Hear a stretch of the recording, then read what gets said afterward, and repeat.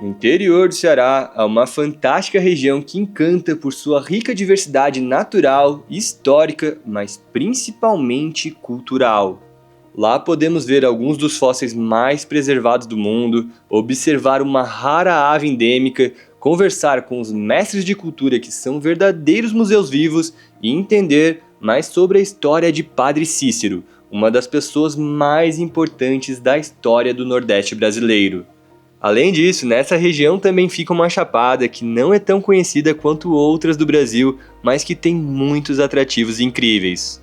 A Chapada do Araripe é tão grande que se estende por 3 estados, mas é no Ceará que podemos conhecer o Geoparque Araripe. Para vocês terem noção, esse parque é tão importante que foi o primeiro do gênero reconhecido mundialmente pela Unesco, não apenas aqui no Brasil, mas em todo o continente americano. Nos 11 geossítios espalhados pela região, há um vasto patrimônio biológico, geológico e paleontológico. Para te mostrar essa região da melhor maneira possível, passamos por 5 cidades: Juazeiro do Norte, Santana do Cariri, Nova Olinda, Crato e Barbalha. Hoje temos certeza que vocês irão se surpreender com esse destino e que irão se apaixonar por um povo hospitaleiro que tem muita história boa para contar. Sem mais explicações, sejam bem-vindos ao Cariri Cearense.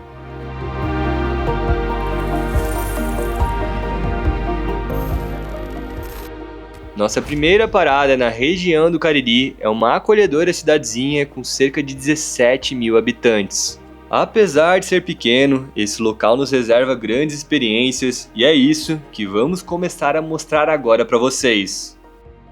E agora estamos aqui numa cidadezinha bem pequena chamada Santana do Cariri, porque tem uma coisa muito interessante aqui, que é o Museu de Paleontologia. A gente está aqui com a Andressa. Primeiro, muito obrigado pela recepção. Pelo convite. E queria que tu contasse um pouco da importância aqui da Chapada do Araripe, né? A gente já contou algumas coisas aqui no vídeo, mas principalmente para a paleontologia não só brasileira, como mundial, né? Então, pessoal, eu me chamo Andressa, eu sou guia de turismo aqui na região do Cariri há 10 anos. E vocês vão conhecer agora das maiores jazidas de fósseis do período Cretáceo, né? Santana do Cariri, ela é conhecida mundialmente pela quantidade, a diversidade dos fósseis que são encontrados aqui, né? Foram mais de 28 espécies de pterossauros, 6 espécies de dinossauro, uma grande quantidade de insetos, peixes, fósseis, plantas e uma qualidade excepcional, né? Então, nossos fósseis, eles datam aí do final do Cretáceo, né? Aí com aproximadamente 120 milhões de anos. E agora vocês vão conhecer o Museu de Paleontologia, como o Bruno falou, que é referência mundial, né? Então, nós já recebemos pessoas do mundo todo que vêm para Santana do Cariri conhecer um pouquinho dessa ciência tão bonita que é a paleontologia. Então, sejam bem-vindos. Muito obrigado. E uma coisa legal daqui que quem guia as pessoas são bolsistas, que são crianças, né? Isso, então, você tem um trabalho social também, né? Isso. Aqui a gente desenvolve um trabalho, nós temos 10 crianças, né? De 10 a 15 anos que estão aprendendo paleontologia de uma forma descomplicada para passar para o visitante também a paleontologia de forma clara, né? Que seja acessível para todo mundo. Então a gente tem esse projeto que na maioria das vezes as crianças não querem nem ir para casa, querem ficar no museu o dia todo, porque elas têm que vir contraturno. E é isso, a gente vai mostrando para vocês aí no longo do percurso.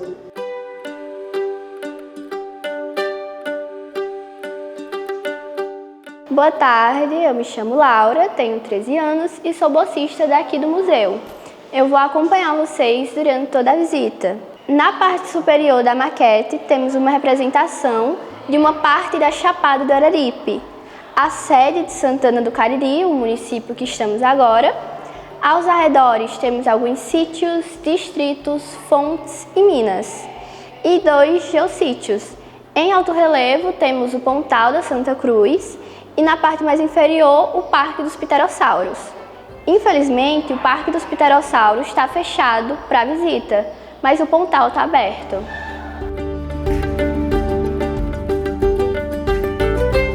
Temos uma escala dos pterossauros, onde cada quadradinho desse está representando 1 metro. O menor pterossauro, ele tinha 1,5 m de envergadura, que é de uma ponta da asa à outra, e de comprimento ele tinha 1 metro. Já o maior pterossauro, ele tinha 8 metros de envergadura e de comprimento 4. Pessoal, só para vocês verem um pouquinho aqui da dimensão dos pterossauros, ó, aqui tem uma representação de uma pessoa adulta e de uma criança. Daí tu colocando aqui em escala, olha só o tamanho. Imagina ver um desse na tua frente. Temos os troncos petrificados, eles têm 145 milhões de anos. São da formação Missão Velha, da floresta petrificada, em Missão Velha. Esses aqui são os fósseis mais antigos do museu. E são troncos de araucárias e pinheiros, que há milhões de anos viveu na região.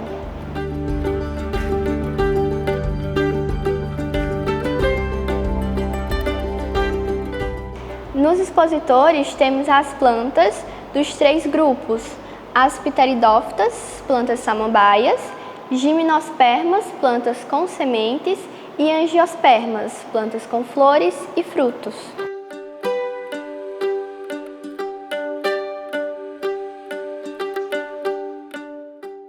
Bom, recentemente, em dezembro de 2023, tivemos a maior repatriação de fósseis do Brasil.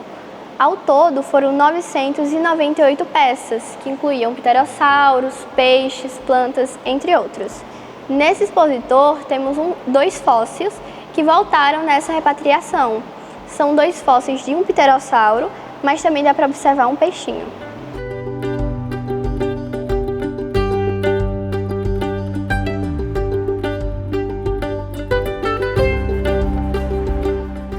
Temos os gastrópodes e equinoides, que eles são como búzios e ouriços do mar. Eles são uma prova da água salgada na região, por serem animais apenas dessas águas. Pessoal, olha só que legal, ó. Aqui no museu tem alguns fósseis que tu pode tocar neles, tá? Tu pode tocar, tu pode mexer neles, pode sentir o peso. Aqui tem uma concreção, né, que é como eles encontram, né? Daí depois eles abrem com martelinho e daí tem aqui, ó, no meio os fósseis. E aqui do ladinho também, ó, também tem. E aqui parece uma impressão, né? Parece que imprimiram isso aqui, de tão perfeito que é. Olha só, tem alguns insetos aqui. Tem peixes, que incrível!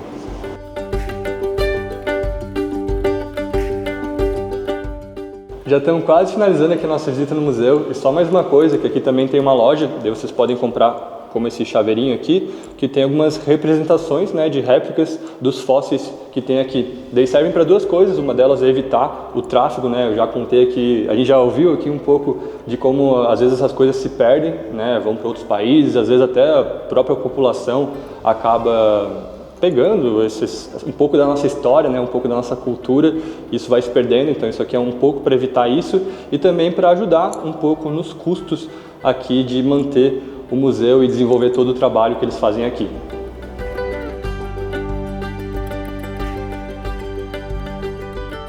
E a gente vai finalizando nossa visita aqui no Museu de Paleontologia. A gente está aqui diante de uma réplica de 4 animais, né? Tem 2 dinossauros. Sim, um pterossauro e um peixe. E queria agradecer a Laura por todas as explicações que tu deu. Muito obrigado. Nada, eu que agradeço pela visita. E só contando aqui pra vocês, galera, geralmente quando a gente grava com as pessoas, assim, mesmo elas sabendo muito dos assuntos, elas demoram pra acertar, né? Por causa da câmera, não estão acostumadas e tal. E a Laura fez tudo de primeira, então parabéns pra ti. Obrigada. Parabéns pra Andressa também por todo o trabalho que ela faz aqui no museu. E agora a gente continua aqui em Santana do Cariri. A gente vai para um local chamado Pedreira, que dá mais ou menos uns 2 quilômetros aqui do museu.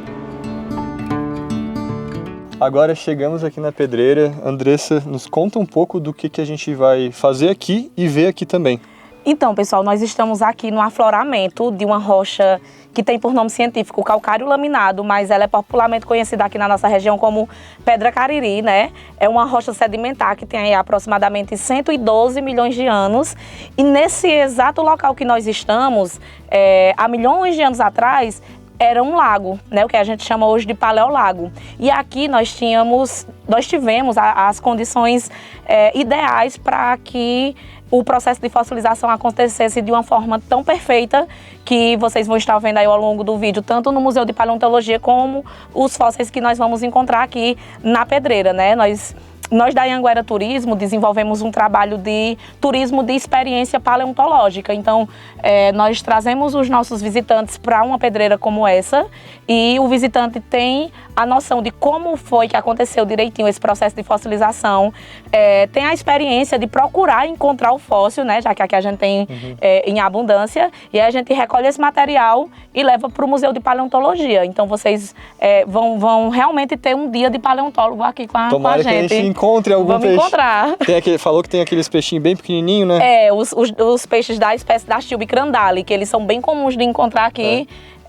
Vamos ver aí quantos a gente vai achar, porque achar a gente vai. Só ver quantos. Então, pessoal, o processo de fossilização aqui da região do Cariri cearense, ele acontece exclusivamente na água, né? Então, para um animal ele ser fossilizado, ele precisa estar na água, morrer próximo ou ser arrastado para ela. Por isso que a gente tem essa grande quantidade de fósseis de peixes aqui na região, tanto na formação Crato, que é essa que nós estamos agora, como na formação Romualdo, que vocês vão estar observando aí no vídeo os fósseis dessa formação. Então, nesse momento, nós estamos no fundo de um paleolago, né? Então, todas essas camadas de rocha, né, elas foram depositadas e formando essa rocha sedimentar calcário laminado. Ela é depositada por lâminas, né? Parece um biscoito. E aí, o animal, dentro desse lago, ele passava por um soterramento rápido. Não havendo, com a baixa oxigenação, não ia ter a proliferação de bactérias e assim a gente tem um processo de fossilização excepcional. E aí a gente usa esse material, que é uma talhadeira e um martelo, para talhar essas rochas, né? Porque como o processo de fossilização daqui, ele foi por soterramento, então o animal, ele vai estar preso, fossilizado dentro dessa rocha, né? Que é a Pedra Cariri. E aí, pessoal, para você encontrar um fóssil, é na sorte. Aqui, você dando uma volta por aqui na pedreira, você encontra muitos expostos. Só que para achar ele abrindo uma rocha, como eu vou demonstrar aqui para vocês, é na sorte. A gente vai ver se está com sorte ou não. Então, a gente usa essa talhadeira e aí vai batendo com o martelo e aí ele já vai mostrando o que a gente chama de veia da rocha. E ela abre com facilidade. E aqui nós estamos com sorte. Temos aqui um galho, né? Não dá para identificar exatamente do que, mas eu posso dar uma olhadinha ali no livro e mostrar para vocês. E tudo isso aqui, todas essas marquinhas que tem na rocha, é sujeira que tinha na água. Então tudo isso aqui é considerado fósseis. Isso aqui especificamente é um galinho. Agora é minha vez de talhar aqui a pedra. Vamos ver se eu tenho a mesma sorte da Andressa aqui, se eu encontro algum vestígio.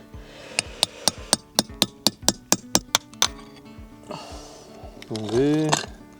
Eita, tem um peixe, Bruno. Tem um peixe? Tem. Ó, vamos. Dei sorte. Deu muita sorte. Quebrou na hora que a rocha foi partir, mas aqui a gente tem um peixinho, ó. Então, pessoal, nas nossas vivências paleontológicas aqui na região do Cariri, nós utilizamos esse livro aqui, que é o Guia de Campo, né? Que é um livro de bolso para aula de campo mesmo, que foi desenvolvido por pesquisadores paleontólogos aqui da região do Cariri. E aí, sempre quando a gente encontra um material como esse, né? Alguns já são mais comuns de identificar, a gente dá uma procurada aqui no livro e identifica a espécie, quando ele foi descrito, por que ele foi descrito e algumas características do animal. Esse aqui, por exemplo, vocês conseguem observar aqui uma preservação excepcional, como eu já falei anteriormente, e esse é um peixe, um fóssil da espécie da Stilbe-Crandali, né? Que o Bruno citou anteriormente, que é um dos fósseis que nós temos mais em abundância aqui na região do Cariri. E para encerrar esse dia com chave de ouro, a gente está aqui no Geossítio Pontal da Santa Cruz. Aqui a gente tem uma vista maravilhosa da Chapada do Araripe. Inclusive, a gente vai ver o pôr do sol daqui, porque a gente está num ponto bem alto aqui de Santana do Cariri. E daí, além desses mirantes muito belíssimos que a gente tem aqui da região, também tem um restaurante, também tem a cruz, também tem uma igreja. E depois a Andressa ainda vai contar algumas lendas desse local aqui para vocês.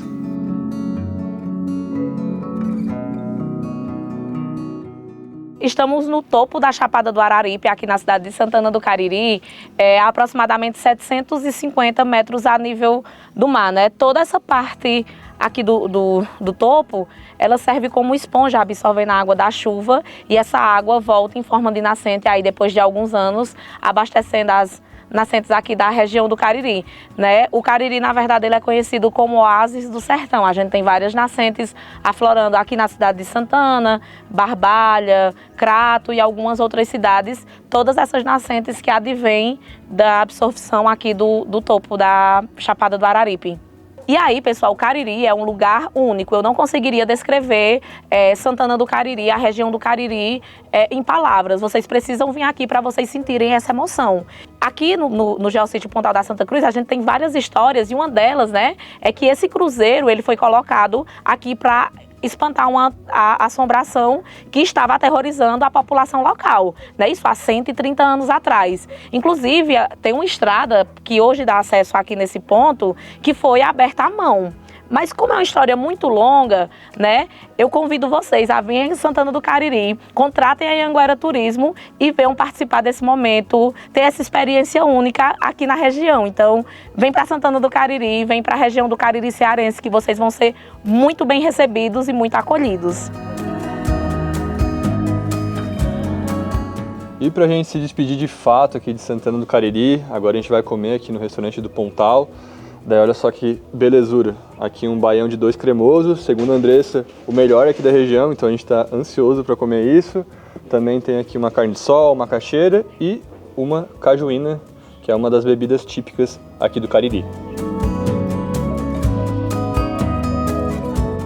Um brinde ao Cariri com a cajuína São Geraldo.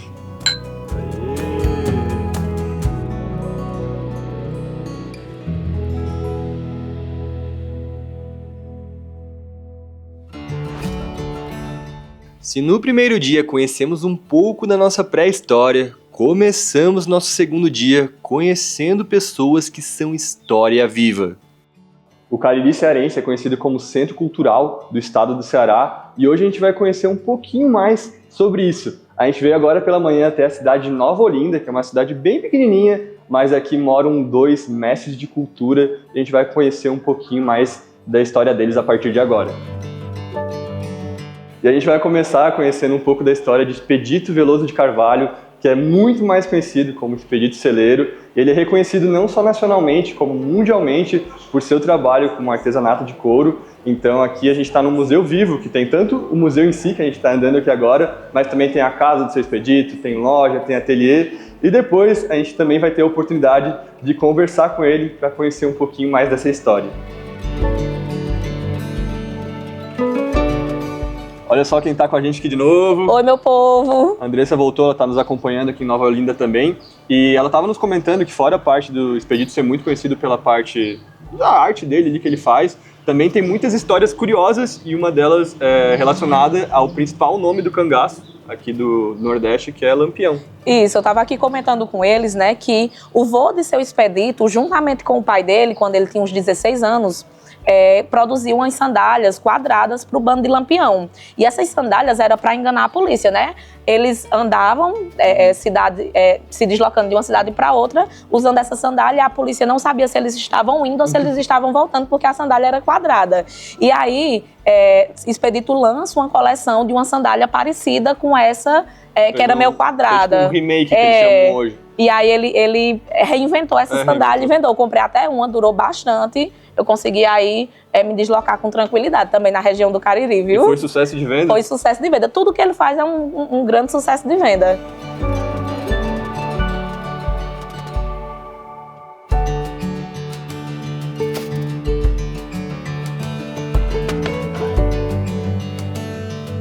Bem colado no museu fica o ateliê, e aqui a gente consegue ver o pessoal trabalhando, né, fazendo as peças ao vivo e a cores, e só entrando aqui a gente já consegue ver um pouco da singularidade das peças que o seu Expedito e o resto do pessoal que trabalha aqui faz. Então a gente vai agora conhecer um pouquinho e mostrar tudo para vocês.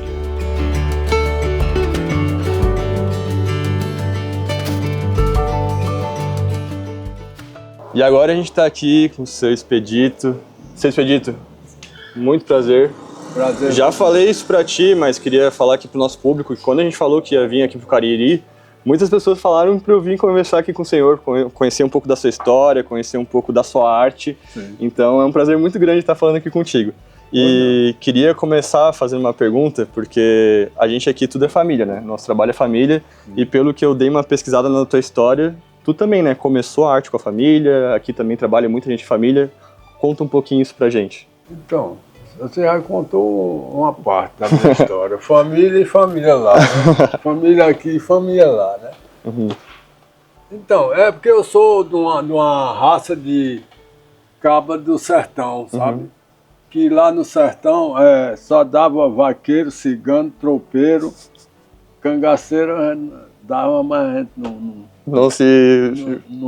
vai se coligar com essa história de cangaço, não, que é para não espalhar. Né? Deixa o povo aprender por conta deles mesmo, né? E aí, como o meu pai era vaqueiro e celeiro, o meu avô vaqueiro e celeiro, o meu bisavô vaqueiro e celeiro, o meu tataravô vaqueiro e celeiro. E o escanchavô. O escanchavô é depois do tataravô. O tataravô é o escanchavô. Aí então é o sangue puxando por o sangue, né? Porque assim, às vezes eu boto um monte de menino aí para ir aprendendo. Um garotinho, né? Mas os cabinhos não dá. E quando eu boto um da família que tem um pinguinho de sangue no celeiro, já vai direto parece que já nasceu para aquilo. Já nasceu com o dom. Já vem com o dom. E aquilo ali vai só aperfeiçoar e treinar para ficar prático, né? E uma coisa que a gente achou que marca muito o teu artesanato aqui, comparado com outros que a gente já conheceu, primeiro as cores, né? Então são cores bem únicas assim, e também os desenhos, né? As figuras. Da onde surgiu as ideias, como é que começou essa história de tingir o couro, de fazer esses desenhos um pouco mais diferentes? Eu, por exemplo, eu nunca tive professor para me ensinar a fazer as coisas que eu faço. Eu aprendi uma parte com o meu pai e o meu avô, mas hoje é difícil eu fazer aquelas peças que eu aprendi com eles, porque o pessoal que usava se acabaram, né? Que era o vaqueiro, que eu já falei. O vaqueiro usava o traje de couro, não era um chibão bonito desse ali, não. Era aquele courozão cru, couro duro, que você fazia a roupa e botava ele em pé e ele ficava lá. Ficava paradinho. Paradinho em pé, parecia um boneco de barro, né? Que era para andar só na caatinga. Então esses pessoal se acabaram, né? Então, já que eles se acabaram, não querem mais manter, você vê o vaqueiro hoje está gado de moto, né? Rodeando. O cigano que gostava muito de andar montado em sela bonito, cavalo bonito pra caramba, hoje anda em carro importado, né? E então foram se acabando essa tradição de vaqueiro, de cigano, de tropeiro, que usava muito peça de couro. Aí eu tive que mudar, fazer as peças para vender para ela, vender para o estudante, para o doutor, para o médico, para o padre, para todo mundo. Todo mundo hoje me compra uma peça, né? Aí para fazer a peça colorida, foi o maior sacrifício da vida. Porque eu tentei encontrar o material, a primeira peça que eu fiz colorida foi essa cela ali. Pelejei para achar o material já pronto, as cores que eu queria, não achei, né, para comprar. Então eu tive que me virar nos 40, não foi nos 30 só não, foi nos 40 para fazer isso, né? Fazia uma parte, ficava perdida, fazia outra, botava o couro, ficava perdida a peça do couro e a tinta não dava certo. Mas eu fui treinando e ajeitando, aperfeiçoando e mudando. O preto eu fiz com a lama do rio ali. O meu pai era vaqueiro e celeiro. Ele fazia uma roupa de couro bem bonitinha, assim, saía o couro bem alvinho, aquela base lá, o couro natural. E aí ele ia para o campo correr atrás dos animais para pegar, e caía dentro d'água, se enrolava com os animais lá, aí virava, quando ele pisava no molhado, o barro batia na roupa dele assim. Ficava escuro. Ficava escuro. Quando ele chegava, tinha um açude perto, lá da casa da fazenda, aí ele dizia: Expedito, eu era um menino rei assim, vai lavar meu gibão ali, que esse desgracei de lama, tá pintado de lama, né? Lama é barro com água, não sei se você sabe o que diabo é lama, sim. Aquela misturada onde o gato pisa, fica aquela laminha macinha, né? Aí lá eu lavava, quanto mais eu lavava, mais preto ficava. Aí quando eu precisei do couro preto, eu digo, filha da puta, você deixar o gibão do meu pai todo manchado de preto, então eu vou enterrar na lama. Enterrou o couro na lama e ficou preto igual a tua camisa aqui. Daí surgiu a cor preta. Aí eu pelejei e para esse lagar, não larga não. Segura mesmo. Só que tava cheio de barro, né? Mas eu lavei bem lavadinho. Quando enxugou, ficou duro que só esses zincos aqui, ó. Pegava na beirada do couro assim, levantava assim. Eu digo, não presta para trabalhar com isso. Aí peguei o óleo do peixe e passei no couro, bem passadinho. Botei para enxugar numa corda assim. Aí depois eu enrolei, quando enxugou, enrolei, fiz um charuto bem assim, ó. Peguei um porrete de pau e meti no couro. Deu umas pancadas do jeito que você dá uma surra em cabra ruim, no pau mesmo. Pá. Quando eu soltei, o bicho estava bem macio já, né? Aí eu digo, então é moleza aqui, né?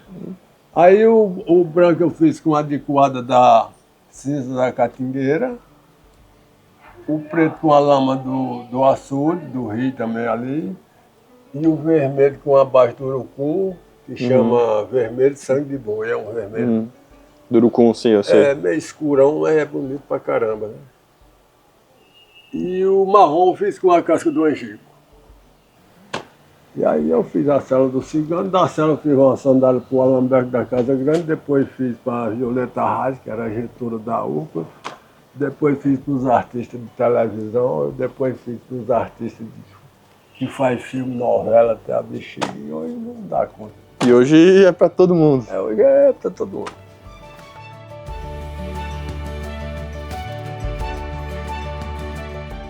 E para finalizar nossa visita, a gente veio agora aqui na loja do Seu Expedito e, gente, tem de tudo. Tem bolsa, sapato, chapéu, lembrancinha. Então agora a gente vai dar uma olhadinha para ver o que a gente vai levar para casa.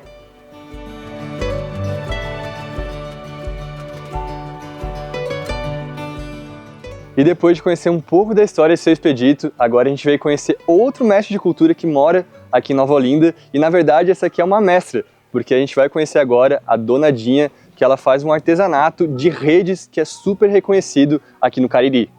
Oi de casa. Bora. Tudo bem? Bom dia. Bom, vamos entrar. Tudo bem com a senhora? Paz, vamos entrar. Licença. Vontade. –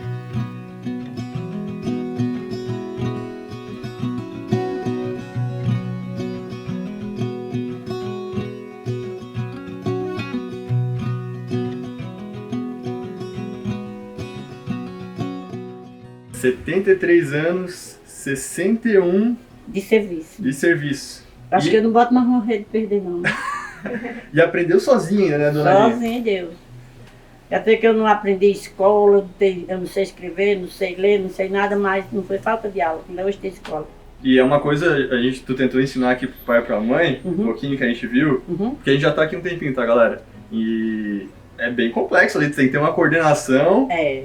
E até hoje a memória tem que ser gravada para fazer cada dia, eu faço uma rede mais diferente. Faço branca, verde, amarela, toda cor. Daí hoje em dia o pessoal já está encomendando mais. Mas Antigamente era mais difícil, né? Era mais difícil, como eu disse a você, a gente saía para feira, não vendia nada, voltava do mesmo jeito. Aqui baixa, aí nessa pisa, ó. Aqui baixa de novo. E de novo. Aí quer dizer que isso aqui, que eu disse, isso aqui, a listra, é feita só no olho, não é contado. É só na vista mesmo. Eu já faço o tanto. Então baixa um e sobe o outro. Sobe o outro. É. E passa a lançadeira, ó. Que nem eu tô fazendo aqui, ó. Ó. Aqui já abaixa o outro, ó. Vou desmanchar.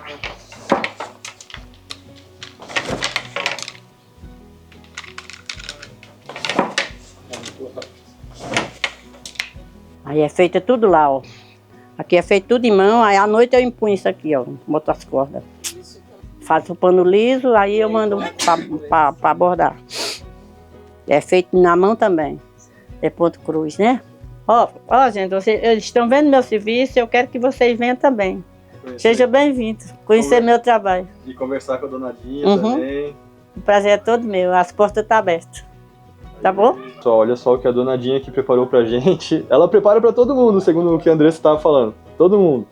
2 bolos, tá? Esse aqui é um bolo de puba. Esse aqui a gente ainda não sabe o que é. Um cafezinho. E aqui, cajuína São Geraldo novamente.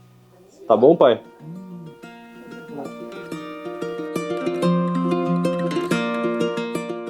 Antes de apresentar aqui o próximo atrativo, só queria falar também que para quem tiver interesse em comprar alguma rede da Dona Dinha, eu vou deixar o contato da Andressa, que era a guia que estava nos acompanhando nesses últimos dias, que ela pode fazer o meio campo, tá? Para passar orçamento, para fazer pedido, enfim. E agora a gente está aqui em outro geossítio, que é o geossítio Ponte de Pedra, que é essa ponte natural, né? Que isso aqui era só uma pedra só e com o tempo a água foi passando, daí foi cavando e criou essa ponte natural. Hoje eles já colocaram aqui algumas vigas, então ela não está já 100% natural e tu consegue conhecer tanto ela aqui de baixo, onde a gente está, quanto lá de cima, né? Tu consegue andar em cima aqui da ponte. Foi nessa casa bonita que está aqui ao fundo que a cidade de Nova Olinda nasceu, e hoje em dia nesse local funciona a Fundação Casa Grande, que é uma fundação que tem cunho social, então eles ensinam várias crianças que vêm para cá para aprender sobre arqueologia, rádio, cinema, teatro, enfim. Inclusive, igual lá no Museu de Paleontologia, são as crianças que guiam, porque aqui tem um memorial, que é o Memorial do Homem Cariri, que basicamente conta um pouco da história dos povos originários que habitavam aqui essa região antigamente. Daí agora a gente vai conhecer aqui um pouco do museu e depois a gente vai conhecer um pouquinho mais da fundação. Aqui nós temos a sala de etnias, que etnia significa povo. E aqui ao meio nós temos um conjunto de artefatos ritualísticos. E aqui ao meio nós temos uma pedra, que sua coloração é um verde mais claro. E o nome dela é Amazonita, que ela foi chegada na nossa região durante migrações. E aqui ao meio nós temos um tezinho que ele era usado para... O menino ia virar homem e conseguir sua família. Aí ele era usado para botar entre os lábios. E aqui nós temos 2 vasilhas, uma monocroma, onde monocroma é só uma cor, e onde essa daqui é policroma, onde policroma significa que tem 2 ou mais cores. E essa daqui tem vermelho e preto, e essa daqui é só preto. Além do memorial, a Fundação Casa Grande faz um fantástico trabalho de educação complementar com as crianças. E aqui nós temos a arqueologia, onde todas as peças que vocês viram lá no memorial passaram por aqui, por uma triagem, uma limpeza e uma quarentena, e uma documentação. Elas podem se envolver em projetos de leitura, TV, rádio, arqueologia, teatro, dentre muitas outras coisas. Já finalizamos a nossa visita aqui em Nova Olinda e tem uma coisa que a gente vai ficar com saudade daqui, foi da receptividade das pessoas. Às vezes a gente está no carro assim, conversando entre família e a gente fala muito que a gente saiu para conhecer o Brasil muito pelas paisagens do nosso país, mas além das paisagens a gente acabou se apaixonando muito pelas pessoas que a gente vai encontrando no meio do caminho, conhecendo as histórias dela, um pouco da cultura, e eu acho que hoje foi um exemplo muito claro disso. No nosso terceiro dia, fomos conhecer um pouco de Juazeiro do Norte, a maior cidade do interior do Ceará, com cerca de 300 mil habitantes. Além de ser um dos grandes centros comerciais do estado, o local é muito buscado pelo turismo religioso, principalmente em devoção a um dos mais icônicos personagens da história do nosso Brasil.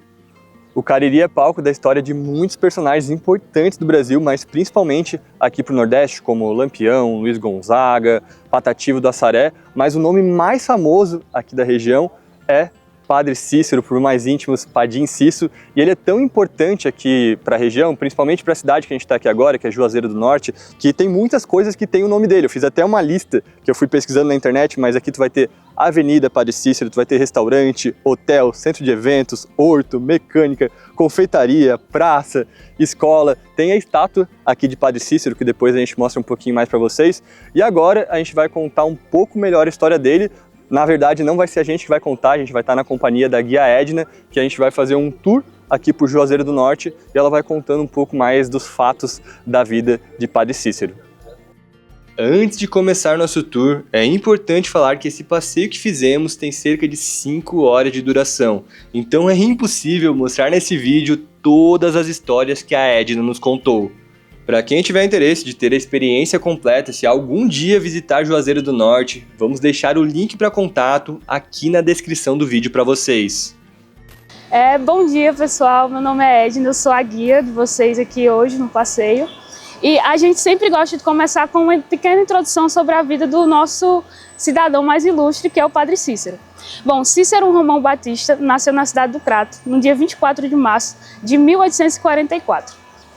Um fato que já marcou a sua infância foi quando, aos 12 anos, ele fez o seu voto de castidade, inspirado na história de São Francisco de Sales. Em 1860, ele entra no renomado Colégio do Padre Inácio, em Cajazeiras, na Paraíba. Mas, infelizmente, por lá ele fica pouco tempo, porque ele recebe a notícia da morte de seu pai 2 anos depois. Ele tem que voltar a Crato para cuidar da família. 3 anos depois, com a ajuda de um padrinho de crisma, ele vai até a prainha em Fortaleza para assim realizar o seminário. Ele volta 5 anos depois, já formado, e na espera de que seja lhe dada uma capela para ele celebrar as missas, ele começa a dar aula de latim. E um fato interessante sobre ele, que marcou a vida dele, que depois de 1 ano apenas que ele se formou, ele já veio a Juazeiro a primeira vez, a convite de um amigo, e aí ele celebra a famosa Missa do Galo aqui em Juazeiro. E todo mundo já adora ele, a forma como ele ministra a missa, os sermões que ele passa. E menos de um ano depois, em 1872, ele já volta a Juazeiro para firmar morada. E o seu primeiro grande feito aqui na cidade foi a reforma da Capela de Nossa Senhora Mãe das Dores, a padroeira da nossa cidade. E a partir dali começa toda a sua trajetória de fé. A Edna nos contou essas primeiras histórias na Praça Padre Cícero, local que tem uma estátua em homenagem a ele, e também um dos grandes símbolos da cidade, que é um dos relógios feitos pelo artesão Pelúcio Corrêa de Macedo, a pedido de Padre Cícero.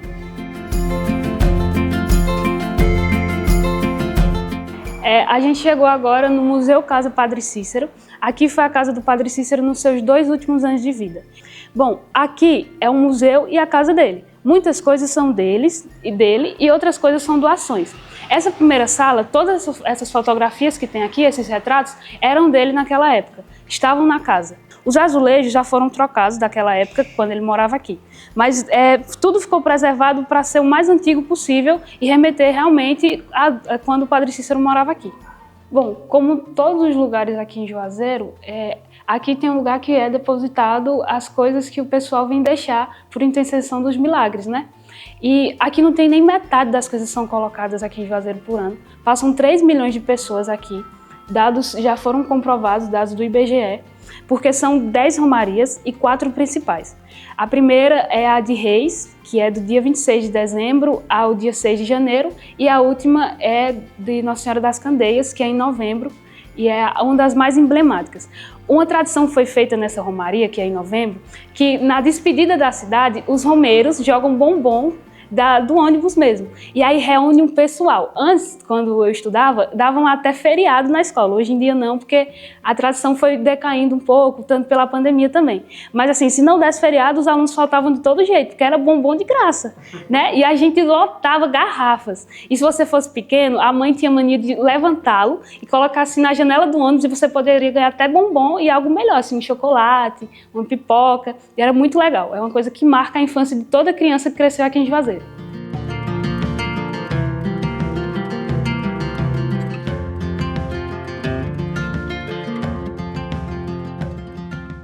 Bom, uma curiosidade sobre essa igreja é que ela demorou pouco tempo para ser construída, só 1 ano. E aí, aqui é a igreja que está sepultado o corpo do Padre Cícero e o corpo da Beata Maria de Araújo. Aqui nessa praça é celebrado o aniversário dele e o aniversário de morte. No aniversário dele de vida é feito um bolo, e aí esse bolo é ofertado para todo mundo aqui de Juazeiro, e a gente vem até aqui com bacias e o bolo é enorme. Essa praça fica lotada. É celebrado a missa, e aí da virada do dia 23 para o dia 24 é cantado os parabéns do nosso filho mais ilustre, né?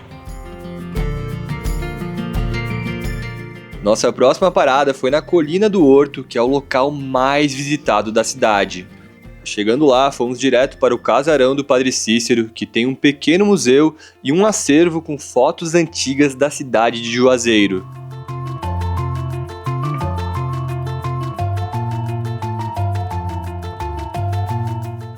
E aqui no Geossítio Colina do Horto a gente tem a estátua de Padre Cícero, que é o principal ponto turístico, não só aqui de Juazeiro do Norte, como de toda a região do Cariri. Estima-se que ao longo do ano ele recebe aqui cerca de 2,5 a 3 milhões de visitantes. E segundo o IBGE, ele é a terceira maior estátua feita em concreto do mundo. Ela tem mais ou menos 27 metros.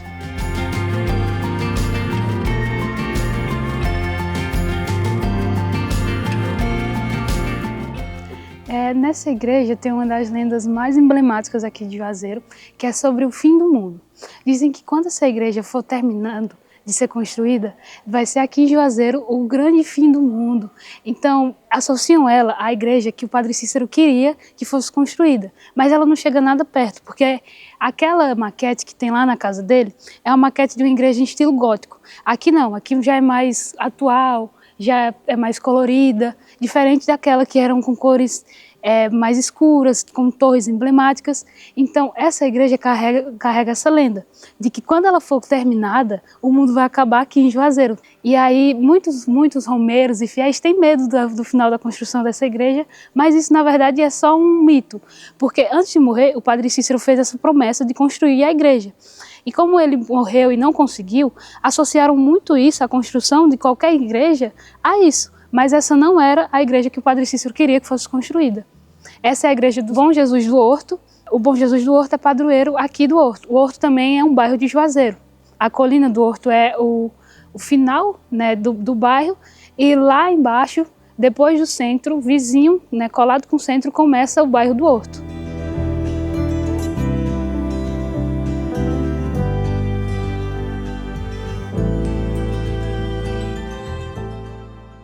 Bom, agora encerrando, né, todo o nosso passeio, nosso tour por Juazeiro, a gente chegou aqui na igreja de Nossa Senhora das Dores, a padroeira da nossa cidade. Bom, quando a gente menos espera, o Padre Cícero está envolvido em alguma coisa. Quando o Padre Cícero chega a Juazeiro, um ano depois, no ano de 1973, ele percebe que a capela da cidade é muito pequena e não corresponde ao que a cidade está se tornando. E aí ele manda ser feita uma reforma, na verdade uma reconstrução da capela de Nossa Senhora das Dores. E aí essa capela que ele constrói, ela infelizmente tempos depois ela começa a ceder e uma das colunas dela desaba. Só que mesmo assim essa igreja é mantida e é só feita uma reforma. Foi nessa igreja que ele celebrou a última missa antes de ser descomungado. Então ela foi a primeira igreja da nossa cidade. Ela foi construída pelos donos da fazenda, quando a cidade ainda era apenas um povoado. E foi essa igreja que foi dada a ele quando ele veio a Juazeiro para ele começar a celebrar a missa.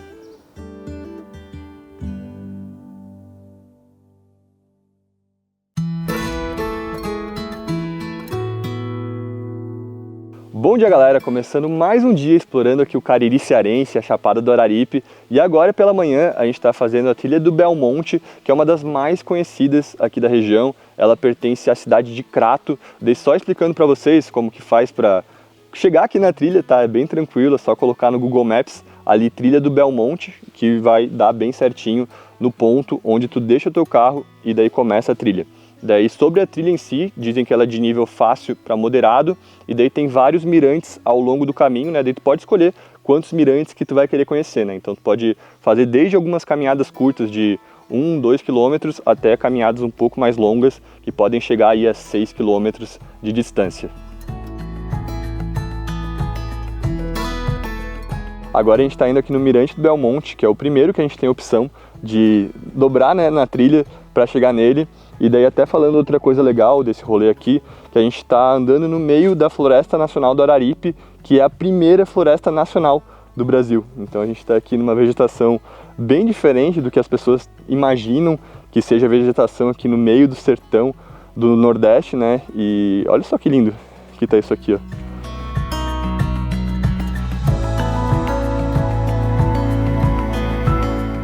Chegamos aqui no Mirante do Belmonte. Daqui a gente tem uma vista panorâmica das cidades, de algumas cidades aqui do Cariri cearense, então a gente consegue ver Crato, Barbalha, Juazeiro do Norte. E outra coisa que a gente também gostou daqui é que a estrutura é bem boa, então tem um deck de madeira para tu ver a vista, tem alguns bancos de madeira também, né? Um local bem gostoso e agradável de ficar curtindo um pouco aqui essa paisagem.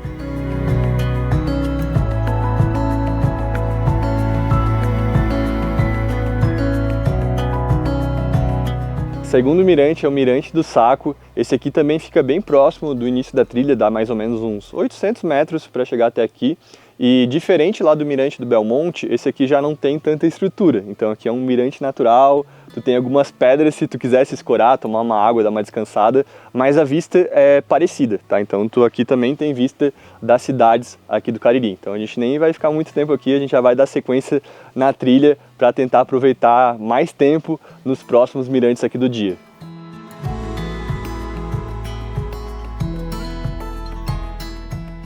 E já que a gente está fazendo rolê de parte natural hoje, também queria falar para vocês que aqui nessa região tem algumas cachoeiras, mas na época que a gente está vindo, elas estão secas, tá? Então elas estão com bem pouca água, então a gente não vai incluir no nosso roteiro. Mas para quem vier na temporada que chove aqui, que é mais ou menos no primeiro semestre do ano, daí só pesquisar no Google ali, né, Cachoeiras Chapada do Araripe ou Cachoeiras Cariri Cearense, que vocês vão encontrar algumas opções de cachoeiras para conhecer.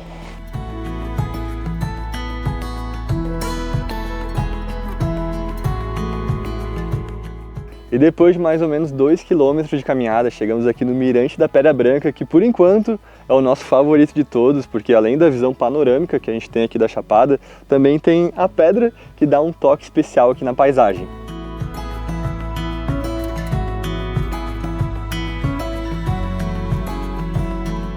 E mais um detalhe que o Bruno não falou é que a trilha é bem sinalizada, muito fácil de achar os mirantes.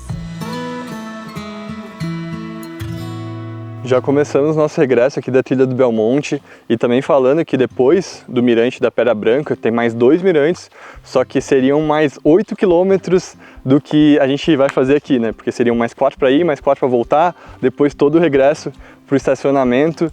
E como a gente quer mostrar mais um local aqui em Crato para vocês, a gente não teria tempo para fazer todo esse trajeto, tá? Mas para quem tiver com mais tempo livre, fica aí a recomendação. E falando sobre a trilha, a gente realmente achou ela de nível fácil para moderado e super agradável de fazer, tá? Uma trilha muito gostosa, só isso que a gente conheceu agora pela manhã já valeu muito a nossa vinda para cá. E para finalizar nossa visita aqui em Crato, a gente veio conhecer o Parque Estadual Sítio Fundão e aqui que também fica o Geossítio Batateiras.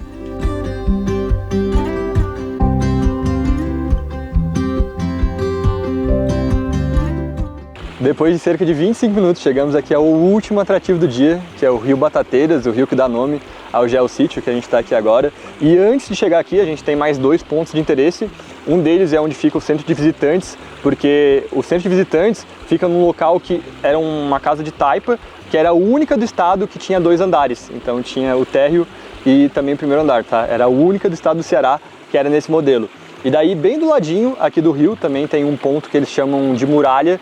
Na verdade era para ser uma barragem, né, uma represa, mas parece muito uma ruína de um castelo, de uma muralha de um castelo mesmo. E aqui sobre o rio, até fiquei surpreso com a cor da água, porque ela tem um tom verde, água super cristalina, e aqui forma um mini canyon, um local muito gostoso assim de passar um tempinho aqui sem fazer nada, só escutando o barulhinho da natureza.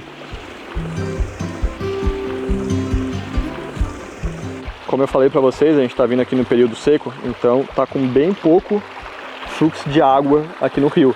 Mas mesmo assim tem alguns pontos, como aqui, como ali, onde o pai e a mãe estavam se refrescando, que tu ainda consegue passar uma água no corpo para dar aquela refrescada boa, porque a gente olhou no celular agora, tá batendo 34 graus, então tá muito quente, galera. Olha só, isso aqui vai longe, ó.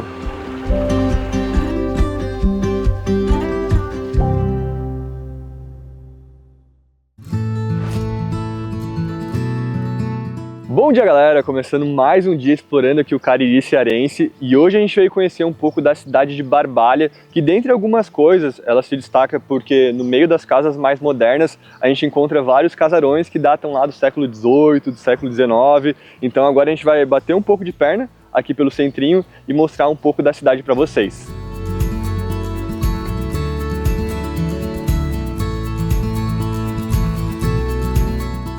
Dentre os vários pontos de interesse de Barbalha, alguns se destacam como a Igreja Matriz de Santo Antônio, o Solar Maria Olímpia, o Gabinete de Leitura, a Igreja do Rosário e o Palácio 3 de Outubro. Você consegue conhecer todos esses locais fazendo uma caminhada de menos de 1 hora pelo centrinho da cidade.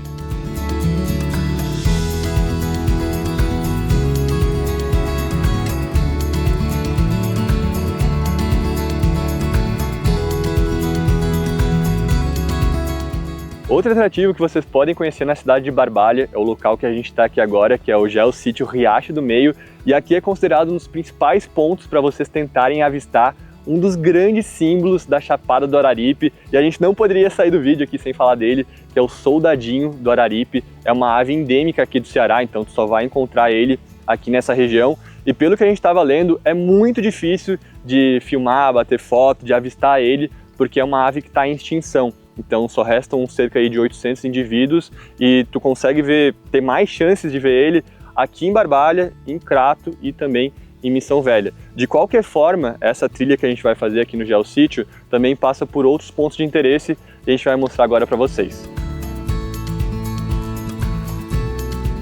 Esse aqui é o riacho que dá nome ao Geossítio, né? Realmente é um riacho. E ao longo do caminho tu vai encontrar algumas bicas e também mais pro final da trilha tu vai ter a nascente.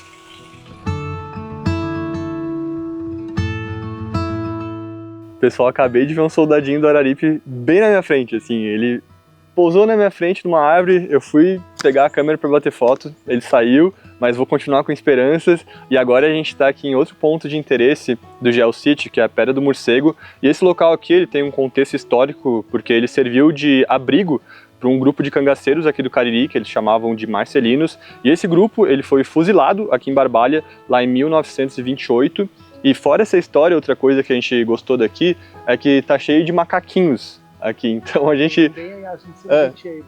Tem um bem aqui em cima de mim, e a gente até conseguiu gravar eles para mostrar aqui para vocês.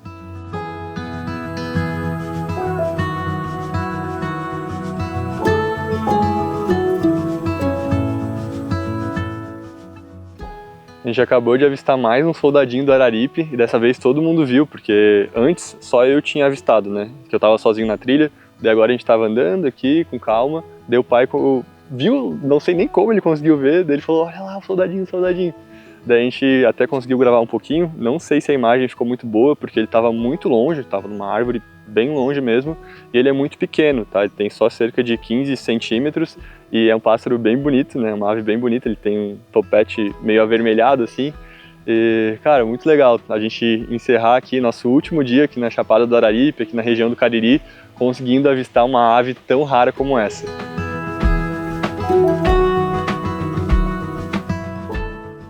E quase na nossa saída do Geossítio, tivemos a sorte e o privilégio de avistar um soldadinho paradinho por alguns segundos bem na nossa frente.